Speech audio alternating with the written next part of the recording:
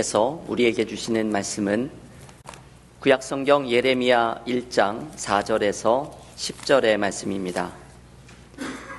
구약성경 예레미야 1장 4절에서 10절의 말씀, 구약성경 1050쪽에 있습니다.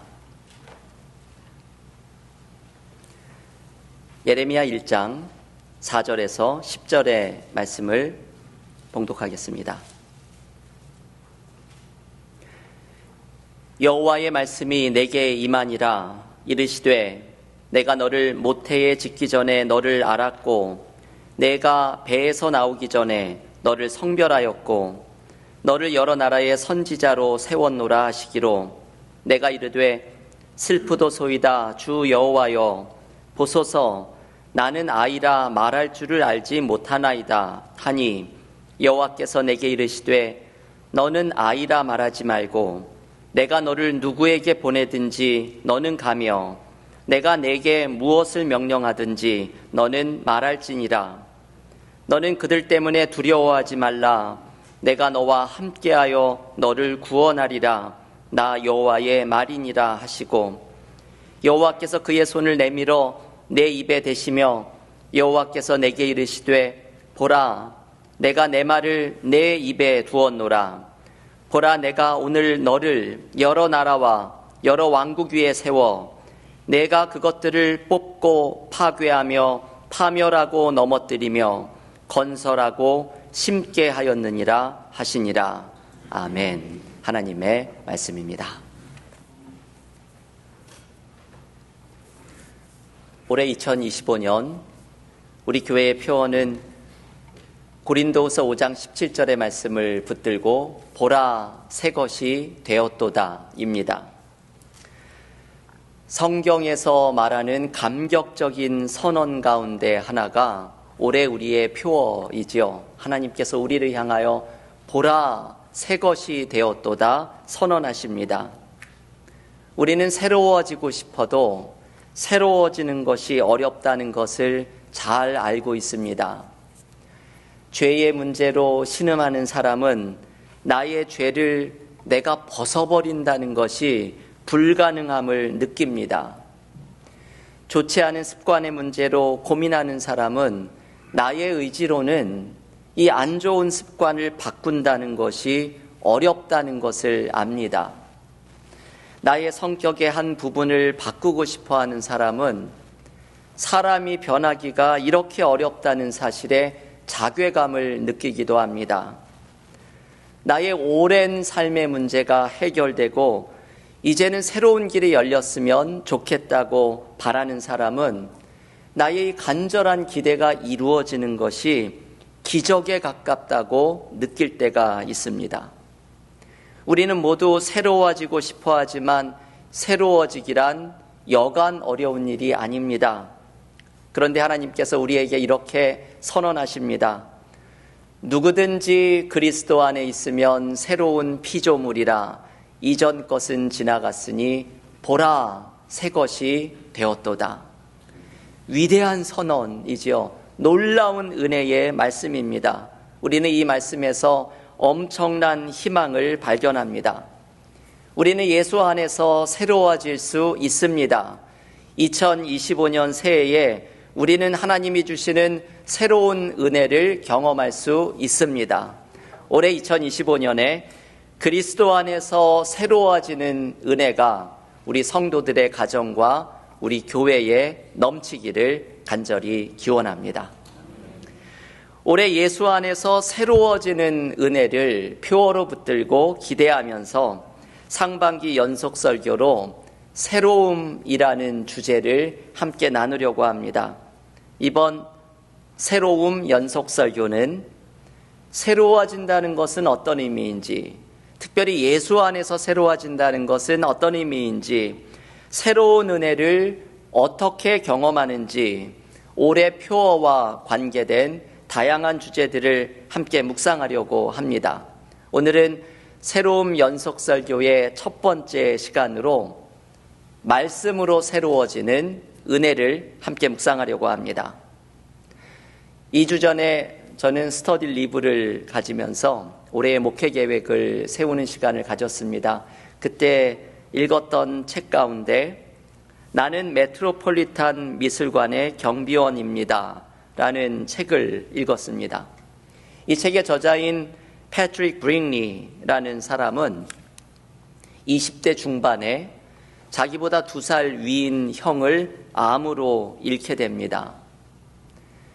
젊은 나이에 형을 떠나보내고 갑자기 삶의 모든 것이 허무해지는 것을 느낍니다. 그래서 브링리는 맨하탄에서 잘 나가던 직장을 그만두고 새로운 직장을 구합니다. 메트로폴리탄 미술관의 경비원으로 취직한 것입니다. 브링리는 세계적으로 유명한 미술관의 경비원으로 일하면서 거장들의 그림에 휩싸여서 자신의 상실감을 치유하기 시작합니다. 이 책에서 브링리가 어머니와 함께 그림을 보면서 아주 큰 위로를 경험했던 이야기를 소개합니다. 이 어머니는 20대를 간 넘은 후반의 아들을 암으로 잃었으니 얼마나 큰 슬픔에 있었겠습니까? 이 어머니와 함께 브링리가 한 미술관을 찾아갑니다. 그런데 어머니가 한 그림 앞에서 떠날 줄을 모르고 서 있습니다. 그 그림은 피렌체 출신의 화가가 그린 피에타였습니다. 십자가에 죽은 아들 예수를 어머니 마리아가 비통하게 안고 있는 그림이었습니다. 브링리가 그림을 보는 어머니를 바라보았더니 이 어머니의 두 눈에 온통 눈물이 가득합니다. 그리고는 어깨를 들썩이면서 흐느끼기 시작합니다. 브링리의 표현으로는 심장이 부서지는 동시에 충만해져서 그렇게 어머니가 그림 앞에서 울었다고 말합니다. 그 그림이 그 어머니에게 고통과 위안을 함께 가져다 줍니다. 이 어머니는 예수를 안고 비통해하는 다른 어머니의 그림을 보면서 고통과 위로를 함께 느끼며 울었던 것입니다. 저는 이 대목을 읽으면서 참 공감을 많이 했습니다. 우리도 때로 어떤 그림을 마주대할 때 그 그림의 세계 속에서 나의 삶을 느끼고 나에게 주는 위로와 깨달음을 경험할 때가 있습니다. 여러분, 성경을 읽는 것도 마찬가지이죠. 성경은 이보다 더 놀라운 은혜를 제공합니다. 우리는 성경의 세계 속에서 우리의 삶을 마주대하고 하나님이 주시는 위로와 깨달음을 경험합니다. 그리스도인은 하나님의 말씀인 성경 속에서 우리를 만나주시고 새로운 은혜를 주시는 하나님을 마주대야 합니다. 우리는 이것을 모두 경험해야 합니다. 그리스도인은 성경을 통해 하나님을 만나고 하나님이 주시는 위로와 깨달음을 경험해야 합니다. 이것이 우리의 삶을 새롭게 하는 은혜로 찾아옵니다. 성경에는 하나님의 말씀 속에서 새로운 은혜를 경험했던 사람들이 수많게 등장합니다. 그 가운데 한 명이 오늘 우리가 봉독했던 선지자 예레미야입니다. 오늘의 본문은 예레미야가 하나님을 만나면서 선지자로 부르심을 받고 있는 장면입니다. 예레미야의 이야기가 시작되는 이 중요한 장면에 모든 이야기가 이렇게 시작이 됩니다. 본문 4절 말씀입니다. 여호와의 말씀이 내게 임하니라. 이 짧은 구절, 여호와의 말씀이 내게 임하니라, 모든 것의 시작입니다. 모든 선지자들의 공통되게 등장하는 이 표현, 하나님의 말씀이 임하면서 선지자들에게 새로운 일이 시작됩니다. 오늘 본문은 하나님의 말씀을 통해서 예레미야에게 도대체 어떤 새로운 일이 시작되었는지를 보여줍니다. 첫째로 예레미야는 하나님의 계획을 깨닫습니다. 오늘 본문 예레미야 1장 6절에서 나는 아이라 말할 줄을 모른다 말하는 예레미야에게 하나님은 7절 말씀에서 네가 어디로 갈지, 누구에게 무엇을 말해야 할지를 알려주시겠다고 말씀합니다. 우리는 하나님의 말씀 속에서 이것을 경험하지요. 새해에 우리가 어디로 가야 할지, 무엇을 해야 할지 알려주시는 하나님의 뜻과 계획을 말씀 속에 발견합니다. 두 번째, 예레미야는 본문 8절에서 하나님의 이 말씀을 듣습니다. 두려워하지 말라, 내가 너와 함께하여 너를 구원하리라. 하나님의 말씀을 듣습니다. 예레미야는 하나님의 말씀이 임하면서 두려움이 사라집니다. 하나님이 함께하심을 느낍니다. 하나님의 구원과 도우심을 경험합니다. 여러분, 이것이 말씀을 통해서 우리에게 주시는 은혜입니다. 두려워하지 말라, 내가 너와 함께하여 너를 구원하리라. 하나님이 함께하심을 말씀을 통해 느끼고 하나님의 도우심을 경험하니 두려움이 사라지는 은혜를 체험합니다. 세 번째, 예레미야가 하나님의 말씀을 받으면서 경험한 것은 예레미야의 입이 변화된 것입니다. 오늘 본문 9절은 이렇게 말하지요. 여호와께서 그의 손을 내밀어 내 입에 대시며 여호와께서 내게 이르시되 보라, 내가 내 말을 내 입에 두었노라. 하나님이 예레미야의 입을 대시며 만지시고 하나님의 말씀을 예레미야의 입에 두셨다고 말씀합니다. 여러분, 이게 무슨 뜻일까요? 하나님의 말씀을 예레미야의 입에 두셨다는 것은 어떤 의미일까요? 예레미야의 입에서 나오는 말이 앞으로 변화되는 것을 의미합니다. 내 생각을 말하던 입이 하나님의 계획을 말하는 입으로 변화됩니다.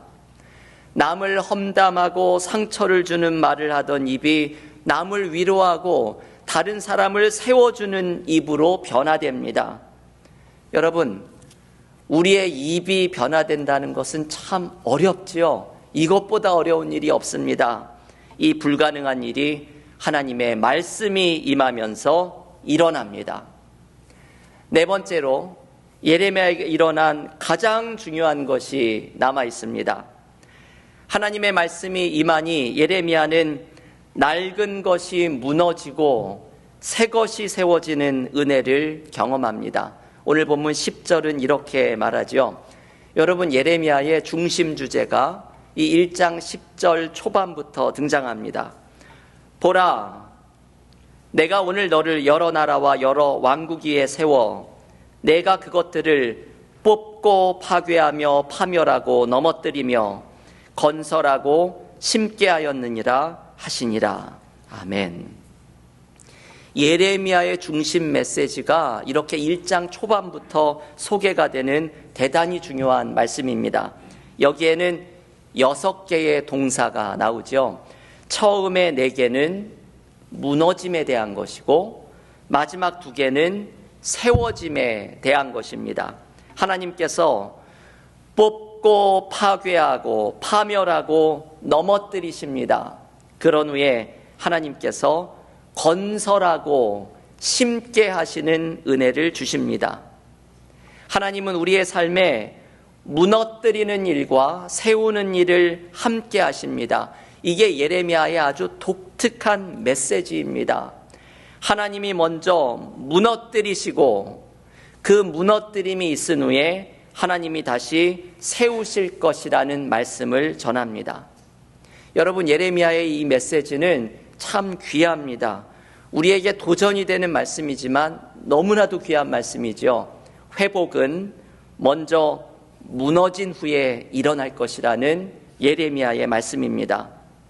우리는 무너지는 것을 때로 두려워하지 말아야 합니다.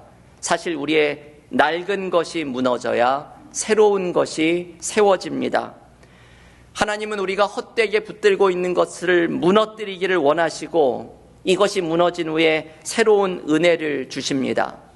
하나님이 무너뜨리기를 원하시는 낡은 것들은 어떤 것일까요? 하나님은 우리와 하나님 사이를 가로막고 있는 것들을 무너뜨리기를 원하십니다. 하나님께 나아가지 못하게 하는 나의 욕심, 마음의 은밀한 욕망, 하나님은 이것들을 무너뜨리기를 원하십니다. 누군가에 대한 미움을 무너뜨리기를 원하십니다. 때로 하나님은 우리의 삶에서 뽑고 파괴하고 파멸하고 넘어뜨리십니다. 그것은 하나님께서 새로운 것을 건설하고 심기 위해 일하시는 방법입니다. 그런데 여러분, 중요한 것은 이것이지요. 이렇게 무너뜨리고 다시 세우시는 은혜가 오늘 예레미야가 경험한 것처럼 하나님의 말씀이 임할 때 일어납니다. 하나님의 말씀의 능력을 경험하면 나의 삶의 잘못된 부분이 무너지고, 하나님의 말씀의 은혜를 경험하면 나의 삶을 세우시는 새로운 은혜를 경험하기 시작합니다. 올해 초에 새해를 시작할 때마다 신년 특별 새벽 기도회를 같이 갔습니다. 제가 신년 특별 새벽 기도회를 인도하면서 저에게 개인적으로 아주 강하게 다가왔던 은혜로운 말씀이 하나 있었습니다. 에베소서 6장 17절에 나오는 성령의 검이었습니다. 새해를 승리하기 위해서 우리 모두가 성령의 검을 가져야 한다고 함께 말씀을 나누었습니다. 그런데 사도 바울은 이 성령의 검을 하나님의 말씀이라고 말합니다. 말씀이 바로 성령의 검입니다. 히브리서 4장 12절에서도 하나님의 말씀을 검에 비유합니다. 하나님의 말씀은 살아있고 활력이 있어 좌우에 날선 어떤 검보다도 예리하여 혼과 영과 관절과 골수를 찔러 쪼개기까지 하며 또 마음의 생각과 뜻을 판단하나니. 히브리서 4장 12절의 말씀은 마치 하나님의 말씀이 날카로운 검과 같이 우리의 생각을 파고드는 것을 소개합니다. 우리는 이런 경험을 많이 하지요. 하나님의 말씀이 내 안에 찾아오면서 내 안에 있는 어두움과 두려움을 환하게 밝혀줍니다. 말씀이 내 마음에 들어와서 나의 욕심과 죄의 생각을 깨닫게 하고 쫓아냅니다. 말씀이 날카로운 검과 같이 우리의 심령을 재단하는 것을 경험합니다. 성령은 말씀을 통해서 역사하십니다. 그래서 말씀을 성령의 검이라고 부르는 것입니다. 우리는 하나님의 말씀 속에서 성령께서 우리의 잘못된 부분을 무너뜨리시고 새로운 삶을 세우시는 역사를 체험해야 합니다. 여러분, 이것이 하나님의 말씀이 임할 때 일어나는 일들입니다. 하나님의 말씀 속에서 신앙인들은 놀라운 은혜를 체험합니다. 말씀 속에 내 삶을 향한 하나님의 계획을 깨닫고 두려움이 사라지고 나의 입이 변화되고 내 삶의 낡은 것들이 무너지고 새 삶을 일으키시는 말씀의 능력을 경험합니다. 그래서 우리는 말씀을 통해서 새로워집니다. 하나님의 말씀이 우리에게 새롭게 하는 은혜를 경험하게 만듭니다. 여러분 기억하십시오. 새해에 새로운 은혜, 내가 새로워지기를 바라는 은혜를 경험하기를 원하는 사람은 하나님의 말씀을 가까이 해야 합니다. 이제 내일부터 올해의 전교인 성경 통독을 시작합니다. 우리가 매년 이 전교인 성경 통독을 함께 나누지만 참 놀랍죠. 올해에도 이렇게 매년 성경을 통독하는 이유는 하나님의 말씀은 읽을 때마다 새롭기 때문입니다. 올해는 특별히 우리에게 성경을 통독하면서 기대하는 것이 있습니다. 올해의 표어처럼 하나님의 말씀을 읽으면서 내가 새로워지는 은혜를 경험할 것을 기대하면서 올해는 말씀을 읽습니다. 올해는 특별히 그날의 통독 본문 가운데에서 짧은 중요한 구절을 뽑아서 함께 큐티를 하려고 합니다. 여러분, 내일부터 시작하는 전교인 성경 통독과 큐티를 나의 영적인 습관으로 삼는 한 해를 살아보십시오. 놀라운 일이 우리에게 일어나게 될 것입니다. 제가 감명 깊게 읽은 책 가운데 T.C. 해리슨 워런이라는 분이 쓴 일상의 영성이라는 책이 있습니다. 이 책은 하루를 살아가는 평범한 일들, 침대를 만들고 양치질을 하고 교통체증을 경험하고 전화를 걸고 이메일을 확인하는 이런 일상의 일들 속에 어떤 영적인 의미가 담겨 있는지를 묵상하는 책입니다. 이 책에서 제가 가장 감명 깊게 읽은 대목은 아침에 일어나서 침대를 정리하는 부분입니다. 이분은 처음에는 침대를 정리하는 것이 이거 왜 해야 하든지 이해가 되지 않는다고 생각했습니다.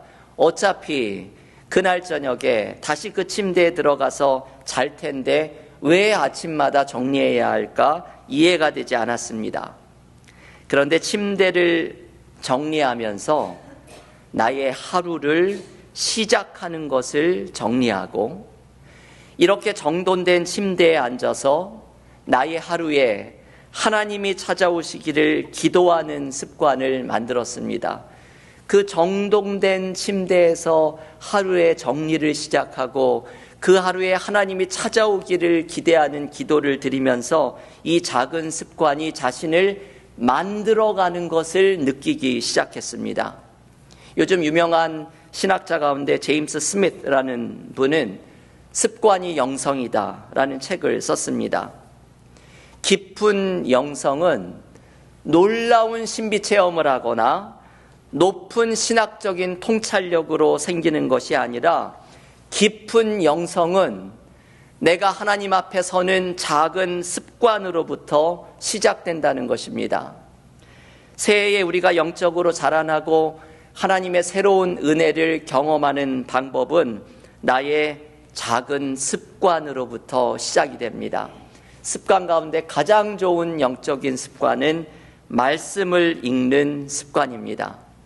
우리는 하나님의 말씀을 함께 통독하고 올해에는 그 통독 본문에서 큐티를 같이 실천하면서 이 영적인 습관을 통해서 하나님을 만나는 한 해가 될 줄을 믿습니다. 성경 말씀 속에서 우리를 새롭게 하시는 하나님의 은혜를 경험하게 될 줄을 믿습니다.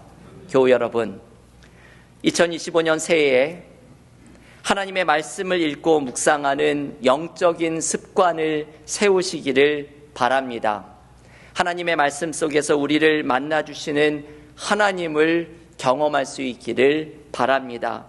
그래서 하나님의 말씀이 우리를 새롭게 하시는 은혜가 됨을 충만하게 체험하는 한 해가 될 수 있기를 원합니다. 올해 2025년에 성경 통독과 큐티를 통해서 말씀이 나의 낡은 삶을 허물고 새로운 삶을 일으키시는 말씀의 능력을 경험하는 새해가 되기를 주님의 이름으로 간절히 축원합니다. 기도하겠습니다. 하나님 감사합니다. 올해 2025년에 우리에게 고린도후서 5장 17절의 말씀을 붙들고 예수 안에서 새로워지는 은혜를 기대하게 하심이 감사합니다. 올 한 해 새해에는 우리의 가정에 새로운 은혜가 찾아올 줄을 믿습니다. 우리 은혜와 사랑교회에 하나님께서 부어주시는 새로워지는 은혜를 경험하게 될 줄을 믿습니다. 이 새로움의 은혜를 경험하기 위해서 오늘 말씀을 통해 역사하시는 은혜를 묵상하게 하시니 감사합니다. 올 한 해 2025년 성경을 통독하고 말씀을 깊이 묵상하는 큐티를 실천하며 나아갈 때 말씀 속에서 올해 우리가 어디로 가야 할지 무엇을 해야 할지 하나님의 계획을 알려주시고 우리의 두려움이 모두 사라지게 하시며 우리의 입이 하나님의 말을 전하는 입으로 변하게 하시고 무엇보다 하나님의 말씀 속에 나의 낡은 삶을 허물어뜨리고 새로운 삶을 세워주시는 말씀의 능력을 경험하는 한 해가 되기를 원합니다.